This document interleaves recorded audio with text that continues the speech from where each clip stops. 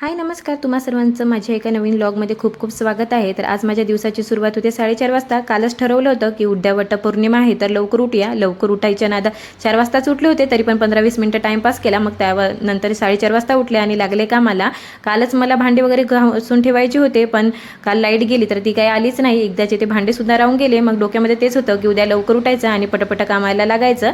तर सकाळी उठत नाही तर सगळ्यात आधी भांडे घासून घेतले, कारण की बाहेर पण भरपूर असा अंधार होता आणि लगेच मग घरामधलं उचल वाचल सुद्धा केलं आणि बाहेर थोडासा उजेड निघत नाही तर थोडा वेळ वॉक करून घेतले आणि लागले रोजच्या कामाला। तर झाडू मारून घेतली आणि पोछा लावून घेतला आणि लगेच मग आंघोळ करून आले। तर म्हटलं चला आज छान अशी रंगीत रांगोळी काढूया। कुठला सणवार असला की मला अशी छान रंगीत रांगोळी काढायला आवडते।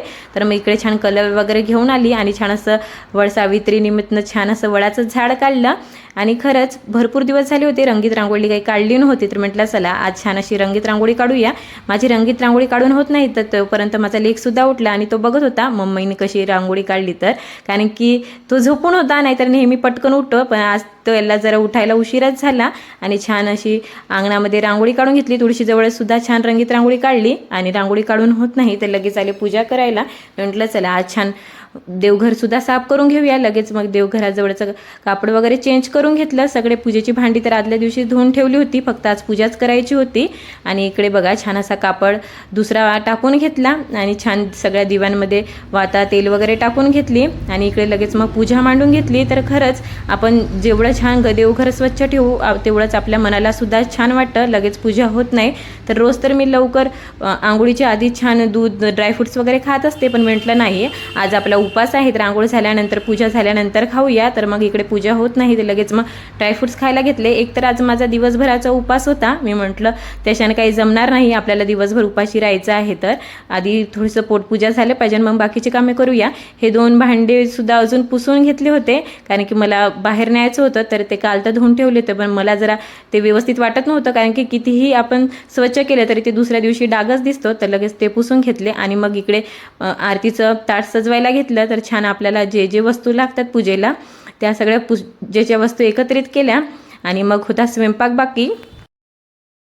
स्वयंपाकसुद्धा करायचं काही टेन्शन नव्हतं। अहोंनी म्हटलं की मी ओट्सच खाऊन जातो, नाहीतर मग पोळी भात भाजी वरण भात करावा लागला असता, पण मग आज शॉर्टकटमध्ये स्वयंपाकसुद्धा होणार होता। लेकासाठी भात मांडून दिला आणि त्यांना ओट्स खायचं होतं, तर मग छान त्यांच्यासाठी आपले 5-10 मिनिटात तयार होणारे ओट्स बनवून घेतले। तर खरंच सकाळी उठलं तर पटपट कामं सुद्धा आवरून घेतले आणि कसं लेट उठलं की मग आपल्याला घाई होते, तर आता तसं काही झालं नाही। तर अजून माझ्याकडे वेळ होता, काल अहोंनी छान असे मोगऱ्याचे फुलं वगैरे आणले होते, तर म्हटलं चला आता तर आपल्याला पूजा करायला जायला वेळच आहे आणि आपले कामं पटपट आवरलीच सुद्धा आहे। तर छान असा गजरा बनवून घेऊया। मग छान असा लगेच गजरा सुद्धा बनवायला घेतला आणि गजरा होत नाही तर लगेच मग मी सुद्धा तयार झाले। तर छान इकडे तयार होत नाही तर म्हटलं चला आपल्या ज्या 2 डझन हिरव्या बांगड्या आणल्या आहेत त्या सुद्धा घालून घेऊया, कारण की मी आधीच ठरवलं होतं यावेळेस साडीचे मॅचिंग बांगड्या न घालता हिरव्या बांगड्या घालूया आणि खरंच मला हिरव्या बांगड्या घालायला भरपूर आवडतात। तर लगेच मग इकडे हिरव्या बांगड्या सुद्धा घालून घेतल्या आणि जो गजरा आणला होता तो सुद्धा घालून घेतला।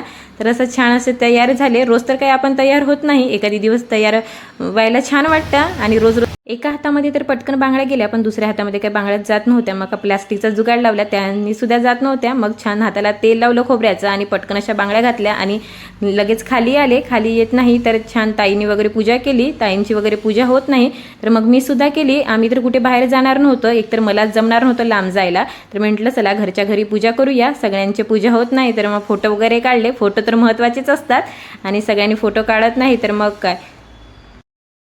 दीदीचं चाललेलं की मी तुमच्या सगळ्यांचे फोटो काढून दिले, माझे कोणीच काढले नाही, तर मग छान दीदीसोबत सुद्धा फोटो काढले आणि इकडे माझ्या लेकाचा चाललेल्या मस्त्या, तर बघा किती छान असा खेळ खेळत होता।